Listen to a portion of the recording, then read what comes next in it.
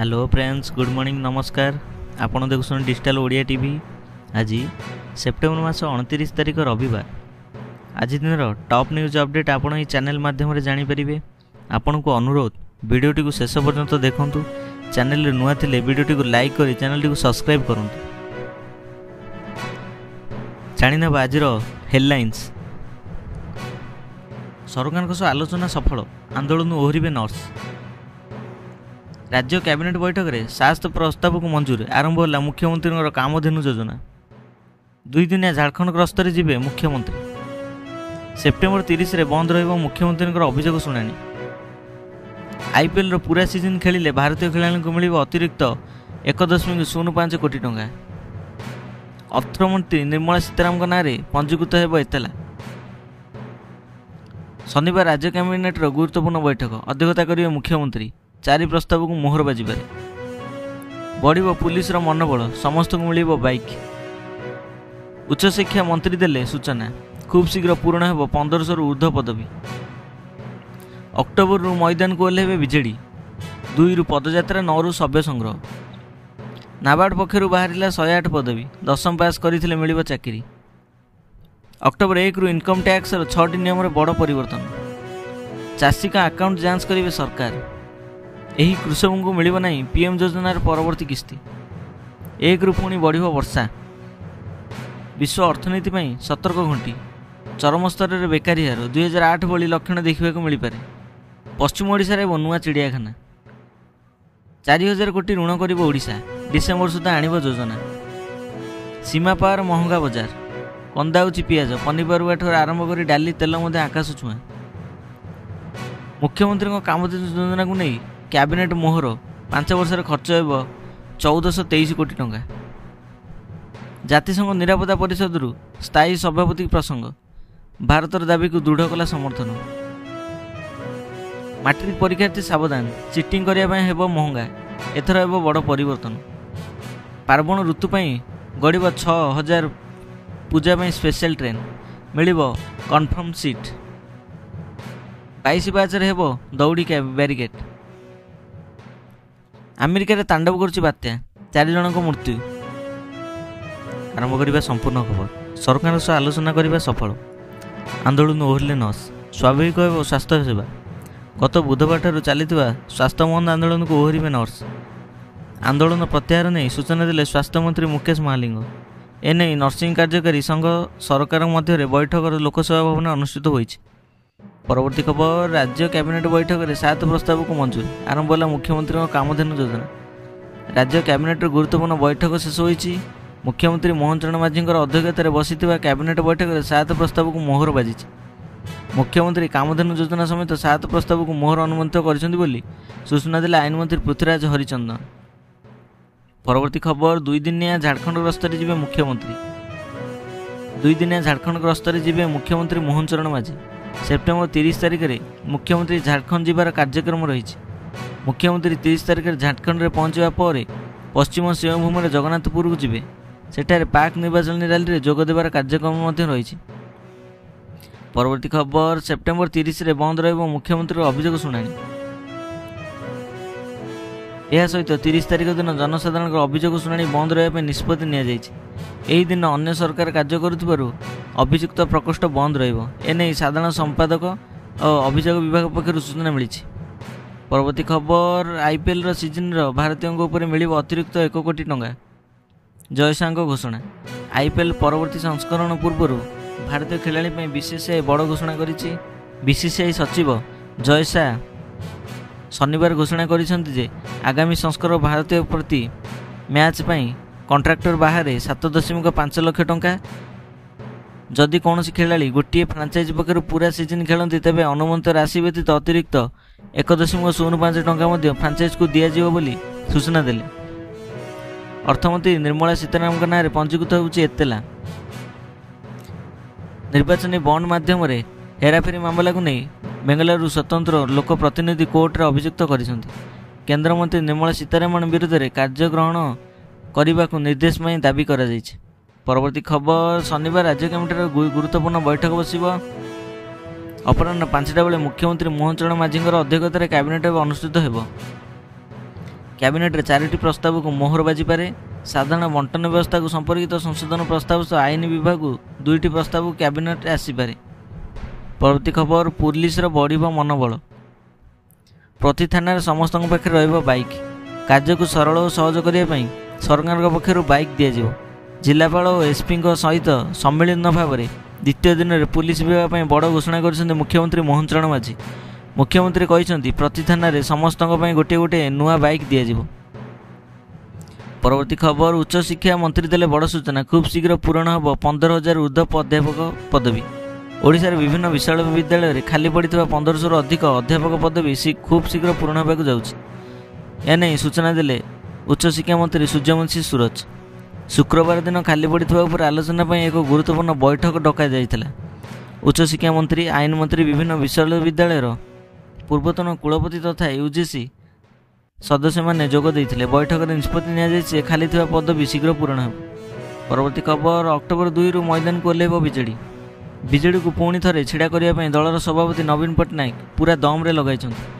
ଶୁକ୍ରବାର ଦିନ ତମାମ ଶଙ୍କ ଭବନରେ ଚାଲିଥିବା ମାରାଥନ ବୈଠକ 33ଟି ସାଂଗଠନିକ ଜିଲ୍ଲାର ସଭାପତି, ସମନ୍ୱୟ କମିଟି, ନୂତନ କରି ଗଢ଼ାଯାଇଥିବା 3ଟି କମିଟି, ବରିଷ୍ଠ ନେତା ତଥା ଛାମୁଙ୍କ ସଂଗଠନ ନେତା ସହିତ ନବୀନ ଆଲୋଚନା କରିଛନ୍ତି। ପରବର୍ତ୍ତୀ ଖବର, ନାବାର୍ଡ ପକ୍ଷରୁ ବାହାରିଲା 108 ପଦବୀ।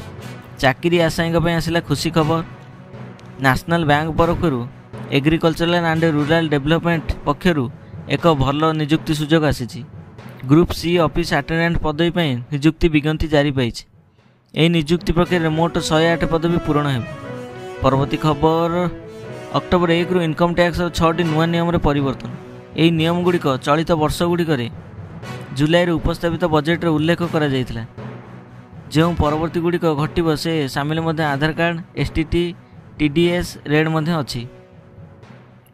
ତେବେ ଜଣେ ନିୟମିତ ଭାବରେ ଆୟକର ପ୍ରଦାନକାରୀ ବ୍ୟକ୍ତି ହୁଅନ୍ତୁ କିମ୍ବା ପ୍ରଥମ ଥର ପାଇଁ ଟ୍ୟାକ୍ସ ଫାଇଲ୍ କରୁଥିବା ବ୍ୟକ୍ତି, ଏହିସବୁ ପରବର୍ତ୍ତୀ ନିୟମ ବିଷୟରେ ସମସ୍ତେ ଜାଣିବା ନିହାତି ଆବଶ୍ୟକ ବୋଲି କୁହାଯାଇଛି। ପରବର୍ତ୍ତୀ ଖବର, ଚାଷୀଙ୍କ ଆକାଉଣ୍ଟ ଯାଞ୍ଚ କରିବେ ସରକାର। ଗ୍ରେନ୍ ଆଇଲ୍ୟାଣ୍ଡ ଜରିଆରେ ଧାନର ଯାଞ୍ଚ ହେବ ସହିତ ଏହାର ଦ୍ୱାରା ମଧ୍ୟ ମପାଯାଇପାରିବ। ପିଜିସିଏସ୍ ଦ୍ୱାରା ଧାନ ଗାଡ଼ିର ଟ୍ରାକିଂ ହେବା ସହିତ ଚାଷୀମାନଙ୍କ ଆକାଉଣ୍ଟ ମଧ୍ୟ ଯାଞ୍ଚ କରିଦିଆଯିବ। ମିଲରମାନଙ୍କ ତରଫରୁ ଚାଷୀଙ୍କୁ ଝୋଟ, ବସ୍ତା ଓ ସୁତୁଲି ଯୋଗାଇ ଦିଆଯିବ। ଜମି ପଟ୍ଟା ଥିବା ସମସ୍ତ ଚାଷୀମାନଙ୍କର ମାଲିକ ଏଥିରେ ପଞ୍ଜୀକରଣ କରାଯିବେ। ପରବର୍ତ୍ତୀ ଖବର, କୃଷକଙ୍କ ପାଇଁ ମିଳିବ ନାହିଁ ପିଏମ୍ କିଷାନ ଯୋଜନା। ପିଏମ୍ କିଷାନ ଯୋଜନାରେ ଅଧୀନରେ ଦେଶର 12 କୋଟିରୁ ଅଧିକ କୃଷକ ଉପକୃତ ହେଉଛନ୍ତି। ବର୍ତ୍ତମାନ କୃଷକମାନେ ଏହି ଯୋଜନାରେ 18ତମ କିସ୍ତି ପାଇବା ପାଇଁ ଅପେକ୍ଷା କରିଛନ୍ତି, କିନ୍ତୁ କିଛି କୃଷକମାନଙ୍କୁ ଏହି କିସ୍ତି ଦିଆଯିବ ନାହିଁ। ଭାରତ ସରକାର ଦେଶର କୃଷକମାନଙ୍କ ପାଇଁ ଅନେକ ଯୋଜନା ମଧ୍ୟ କରିଛନ୍ତି। ପରବର୍ତ୍ତୀ ଖବର, 1ରୁ ପୁଣି ବଢ଼ିବ ବର୍ଷା। ଓଡ଼ିଶାରେ ସକ୍ରିୟ ରହିଥିବା ଦକ୍ଷିଣ ପଶ୍ଚିମ ମୌସୁମୀ ବାୟୁ ପ୍ରଭାବରେ ରାଜ୍ୟର ଅଧିକାଂଶ ସ୍ଥାନରେ ବର୍ଷା ଲାଗି ରହିଛି। ଗତକାଲି ସକାଳ 8:30ଟାରୁ ଆଜି ଅପରାହ୍ନ କଟକ ଜିଲ୍ଲାର କଣ୍ଟାପଡ଼ାରେ ସର୍ବାଧିକ 110 ମିଲିମିଟର ବର୍ଷା ହୋଇଛି। ଏହା ବ୍ୟତୀତ ବାଙ୍କିରେ 105 ମିଲିମିଟର, ପୁରୀ ଜିଲ୍ଲାରେ ପିପିଲିରେ 105 ମିଲିମିଟର, ବରଗଡ଼ ଜିଲ୍ଲାରେ ପଦ୍ମପୁରରେ 102, ଖୋର୍ଦ୍ଧାରେ 85, ଢେଙ୍କାନାଳ ଜିଲ୍ଲାରେ ଭୁବନପୁରରେ 85, ଖୋର୍ଦ୍ଧା ଜିଲ୍ଲା ଜଟଣୀରେ 75, ପୁରୀ ଜିଲ୍ଲା ଗୋପରେ 74, ସତ୍ୟବାଦୀରେ 72 ରେକର୍ଡ କରାଯାଇଛି।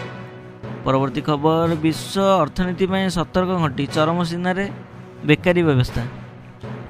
ବିଶ୍ୱର ଦ୍ୱିତୀୟ ବୃହତ ଅର୍ଥବ୍ୟବସ୍ଥା ଚୀନ କିଛି ଠିକ୍ କରିନାହିଁ। ଦେଶରେ 2008 ମସିହା ଭଳି ମାନ୍ଦାବସ୍ଥା ଦେଖିବାକୁ ମିଳିଛି। ଆଗକୁ ଚୀନରେ ଉଭୟଙ୍କ ମାନ୍ଦାବସ୍ଥା ଦେଖିବାକୁ ମିଳିବ ବୋଲି ଆଶଙ୍କା କରୁଛନ୍ତି ବିଶେଷଜ୍ଞ। ଏହା କେବଳ ଡ୍ରାଗନ୍ସ ପ୍ରଭାବିତ ନାହିଁ, ସମସ୍ତ ବିଶ୍ୱ ଅର୍ଥବ୍ୟବସ୍ଥାରେ ସଙ୍କଟଜନକ ସ୍ଥିତିକୁ ଯାଇପାରେ ବୋଲି କୁହାଯାଇଛି। ପରବର୍ତ୍ତୀ ଖବର, ପଶ୍ଚିମ ଓଡ଼ିଶାରେ ହେବ ନୂଆ ଚିଡ଼ିଆଖାନା। ପଶ୍ଚିମ ଓଡ଼ିଶାରେ ହେବ ଚିଡ଼ିଆଖାନା। ପଶ୍ଚିମ ଓଡ଼ିଶାରେ ନୂଆ ଚିଡ଼ିଆଖାନା ପାଇଁ ପ୍ରତିକ୍ରିୟା ଦେଇଛନ୍ତି ଉପମୁଖ୍ୟମନ୍ତ୍ରୀ। ଓଡ଼ିଶାର ପର୍ଯ୍ୟଟନ ବିକାଶ ପାଇଁ ଅନେକ ଯୋଜନା କରିଛନ୍ତି ରାଜ୍ୟ ସରକାର। ସମ୍ବଲପୁର ଚିଡ଼ିଆଖାନାର ସମ୍ପ୍ରସାରଣ କରିପାରନ୍ତି ରାଜ୍ୟ ସରକାର। ଓଡ଼ିଶାରେ ଆଡଭେଞ୍ଚର ସ୍ପୋର୍ଟ ପାଇଁ ଅନେକ ସୁବିଧା ମଧ୍ୟ କରିଛନ୍ତି। ଆଡଭେଞ୍ଚର ସ୍ପୋର୍ଟସ ତଥା ଏହାର ପଲିସି ବିଷୟରେ ଅଧିକ ଜାଣିବା ପାଇଁ ଆସନ୍ତା ସପ୍ତାହରେ ମେଘାଳୟ ଗସ୍ତରେ ଯିବା ମନ୍ତ୍ରୀ। ପରବର୍ତ୍ତୀ ଖବର, 4,000 କୋଟି ଟଙ୍କା ଋଣ ଆଣିବ ଓଡ଼ିଶା। ଡିସେମ୍ବର ସୁଦ୍ଧା ଯୋଜନାକୁ ଆଣିବାକୁ ନେଇ ସୂଚନା ଦେଲେ ରାଜ୍ୟ ସରକାରଙ୍କ ଅକ୍ଟୋବର ଡିସେମ୍ବର ତ୍ରୈମାସରେ 4,000 କୋଟି ଟଙ୍କା ଋଣ କରିବେ। ନଭେମ୍ବର ଡିସେମ୍ବରରେ ସାଧାରଣ ଏହି ଋଣକୁ ଯୋଜନାର କରିଛନ୍ତି ବୋଲି ଭାରତୀୟ ରିଜର୍ଭ ବ୍ୟାଙ୍କ ସୂଚନା ଦେଇଛି। ସରକାର ନଭେମ୍ବର ମାସରେ 1,000 କୋଟି ଏବଂ ଡିସେମ୍ବର ମାସରେ 3,000 କୋଟି ଋଣ ଆଣିବେ ବୋଲି ସୂଚନା ମିଳିଛି। ପରବର୍ତ୍ତୀ ଖବର, ସୀମା ପାର ମହଙ୍ଗାମାଡ଼ ବଜାର, କନ୍ଦାଉଛି ପିଆଜ ପନିପରିବାଠୁ ଆରମ୍ଭ କରି ଡାଲି ତେଲ। ପାର୍ବଣ ସମୟରେ ଖାଇବା ତେଲର ଦାମ ଲୋକଙ୍କ ବଜେଟ୍ର ବିଗାଡ଼ି ଦେଇଛି। ସରକାର ଆକଳନ ଅନୁସାରେ ଗତ ମାସରେ ଗୋଟିଏ ସୋରିଷ ତେଲ ଦାମର 9.1%, ପାମ୍ ତେଲରେ 14.16% ବଢ଼ାଇଛନ୍ତି। ଅନ୍ୟପକ୍ଷରେ ରିଟେଲ ମାର୍କେଟ ଓ ଅନଲାଇନ୍ ଗ୍ରୋସରୀ କମ୍ପାନୀ ପୋର୍ଟାଲ ସୋରିଷ ତେଲ ଦାମରେ 26% ବୃଦ୍ଧି କରାଯାଇଛି। ପରବର୍ତ୍ତୀ ଖବର, ମୁଖ୍ୟମନ୍ତ୍ରୀଙ୍କ କାମଧେନୁ ଯୋଜନାକୁ ମୋହର ମାରିଲେ କ୍ୟାବିନେଟ୍। 5 ବର୍ଷରେ ଖର୍ଚ୍ଚ ହେବ 1,423 କୋଟି ଟଙ୍କା। ରାଜ୍ୟରେ ଦୁଗ୍ଧ ଉତ୍ପାଦନ କରିବା ବୃଦ୍ଧି ପାଇବା ସହ ଗୋପାଳନକାରୀଙ୍କର ଆୟ ବୃଦ୍ଧି ନିମନ୍ତେ ରାଜ୍ୟରେ ମୁଖ୍ୟମନ୍ତ୍ରୀ କାମଧେନୁ ଯୋଜନା ଆରମ୍ଭ କରିଛନ୍ତି। ଏହି ନୂଆ ନିୟମ ଯୋଗୁଁ ରାଜ୍ୟ କ୍ୟାବିନେଟ୍ର ଅନୁମୋଦନ କରିଦିଆଯାଇଛି। 5 ବର୍ଷ ମଧ୍ୟରେ ଏହି ଯୋଜନାରେ 1,423 କୋଟି ଟଙ୍କା ଖର୍ଚ୍ଚ ହେବାକୁ ନେଇ ବ୍ୟୟବରାଦ କରିଦିଆଯାଇଛି। ପରବର୍ତ୍ତୀ ଖବର, ଜାତିସଂଘ ନିରାପତ୍ତା ପରିଷଦରେ ସ୍ଥାୟୀ ସଦସ୍ୟର ପ୍ରସଙ୍ଗ ହେଲା ଭାରତକୁ ଦୃଢ଼ ସମର୍ଥନ କଲେ। ଜାତିସଂଘ ନିରାପତ୍ତା ପରିଷଦରୁ ଭାରତ ସ୍ଥାୟୀ ସଦସ୍ୟ ଭାବରେ ପ୍ରମୁଖ ରାଷ୍ଟ୍ରପତିଗୁଡ଼ିକ ଦୃଢ଼ ସମର୍ଥନ କରିଛନ୍ତି। ଜାତିସଂଘ ସାଧାରଣ ପରିଷଦର 79ତମ ଅଧିବେଶନରେ ବ୍ରିଟେନ୍ ପ୍ରଧାନମନ୍ତ୍ରୀ କେୟର ଷ୍ଟାମର ୟୁଏନ୍ସିଏସ୍ ସ୍ଥାୟୀ ସଦସ୍ୟ ଭାବରେ ଭାରତକୁ ପ୍ରତିନିଧିତ୍ୱ ସମର୍ଥନ ଦେଇଥିଲେ। ଏହା ପୂର୍ବରୁ ଆମେରିକା ରାଷ୍ଟ୍ରପତି ଜୋ ବାଇଡେନ୍ ଓ ଫ୍ରାନ୍ସ ରାଷ୍ଟ୍ରପତି ଇମାନୁଏଲ ମାକ୍ରନ୍ ମଧ୍ୟ ଭାରତକୁ ସାମିଲ କରିବା ପାଇଁ ଦାବି କରିଥିଲେ। ପରବର୍ତ୍ତୀ ଖବର, ମାଟ୍ରିକ ପରୀକ୍ଷା ସାବଧାନ, ଚିଟିଂ କରିବା ପଡ଼ିବ ମହଙ୍ଗା। ଏଥର ବଡ଼ ଖବର, ଆଗକୁ ଆସୁଛି ମାଟ୍ରିକ ପରୀକ୍ଷା ଏବଂ +2 ପିଲାଙ୍କ ପାଇଁ ବୋର୍ଡ଼ ପରୀକ୍ଷା। ଏହା ପୂର୍ବରୁ ପରୀକ୍ଷା ଢାଞ୍ଚାକୁ ନେଇ ଏକ ବଡ଼ ପରିବର୍ତ୍ତନ କରାଯାଇଛି। ପରୀକ୍ଷାରେ ଚିଟିଂ କରୁଥିବା ପିଲାଙ୍କୁ ସାବାଡ଼ କରିବା ପାଇଁ ନିଆଯିବ କଡ଼ା ପଦକ୍ଷେପ। ଏଥିପାଇଁ ବୋର୍ଡ଼ ପକ୍ଷରୁ ଆଦେଶ ମଧ୍ୟ ଜାରି କରାଯାଇଛି। ଏହି ନୂଆ ଆଦେଶ ଅନୁସାରେ ଏଣିକି ପରୀକ୍ଷାରେ କପି କରିବା ପାଇଁ ଚିଟିଂ କରୁଥିବା ପିଲାମାନଙ୍କ ବିରୁଦ୍ଧରେ ଏକ କାର୍ଯ୍ୟାନୁଷ୍ଠାନ ଗ୍ରହଣ ଦିଆଯିବ। ପରବର୍ତ୍ତୀ ଖବର, ପାର୍ବଣ ଋତୁ ପାଇଁ ଗଡ଼ିବ 6,000 ପୂଜା ସ୍ପେଶାଲ ଟ୍ରେନ୍, ମିଳିଲା କନଫର୍ମ ସିଟ୍। ପାଖେଇ ଆସିଲା ପାର୍ବଣ ଋତୁ। ଏହି ସମୟରେ ଅଧିକାଂଶ ବ୍ୟକ୍ତି ସେମାନଙ୍କର ପରିବାର ସହିତ ପର୍ବ ପାଳନ କରନ୍ତି। ଦୂର ଦୂରାନ୍ତରରେ ରହୁଥିବା ଅନେକ ବ୍ୟକ୍ତି ରେଳ ଯାତ୍ରା ମଧ୍ୟ କରିଥାନ୍ତି। ପାର୍ବଣ ଋତୁ ଏବଂ ଯାତ୍ରୀମାନଙ୍କ ପାଇଁ ସୁବିଧା ଦୃଷ୍ଟିରୁ ରଖିବା ରେଳବାଇ ପକ୍ଷରୁ 6,000 ପୂଜା ସ୍ପେଶାଲ ଟ୍ରେନ୍।